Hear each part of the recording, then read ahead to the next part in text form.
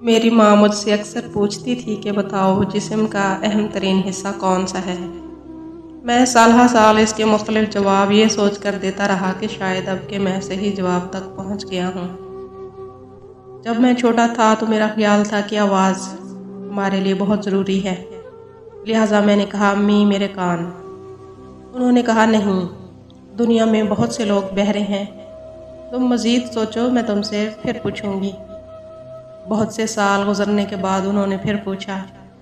میں نے پہلے سے زیادہ ذہن پر زور دیا اور بتایا کہ امی نظر ہر ایک کے لیے بہت ضروری ہے، لہٰذا اس کا جواب آنکھیں ہونا چاہیے۔ انہوں نے میری طرف دیکھا اور کہا تم تیزی سے سیکھ رہے ہو، لیکن یہ جواب صحیح نہیں ہے کیونکہ دنیا میں بہت سے لوگ اندھے ہیں۔ پھر ناکامی ہوئی اور میں مزید علم کی تلاش میں مگن ہو گیا، اور پھر بہت سے سال گزرنے کے بعد میری ماں نے کچھ اور دفعہ یہی سوال دہرایا، اور ہمیشہ کی طرح ان کا جواب یہی تھا کہ نہیں، لیکن تم دن بدن ہوشیار ہوتے جا رہے ہو۔ پھر ایک سال بعد میرے دادا وفات پا گئے۔ ہر کوئی غمزدہ تھا، ہر کوئی رو رہا تھا، یہاں تک کہ میرے والد بھی روئے۔ یہ مجھے خاص طور پر اس لیے یاد ہے کہ میں نے کبھی انہیں روتے نہیں دیکھا تھا۔ جب جنازہ لے جانے کا وقت ہوا تو میری ماں نے پوچھا کیا تم جانتے ہو کہ جسم کا سب سے اہم حصہ کون سا ہے؟ مجھے بہت تعجب ہوا کہ اس موقع پر یہ سوال، میں تو ہمیشہ یہی سمجھتا تھا کہ یہ میرے اور میری ماں کے درمیان ایک کھیل ہے۔ انہوں نے میرے چہرے پر آیا الجھن کو پڑھ لیا اور کہا یہ بہت اہم سوال ہے، یہ ظاہر کرتا ہے کہ تم اپنی زندگی میں کھوئے ہوئے ہو۔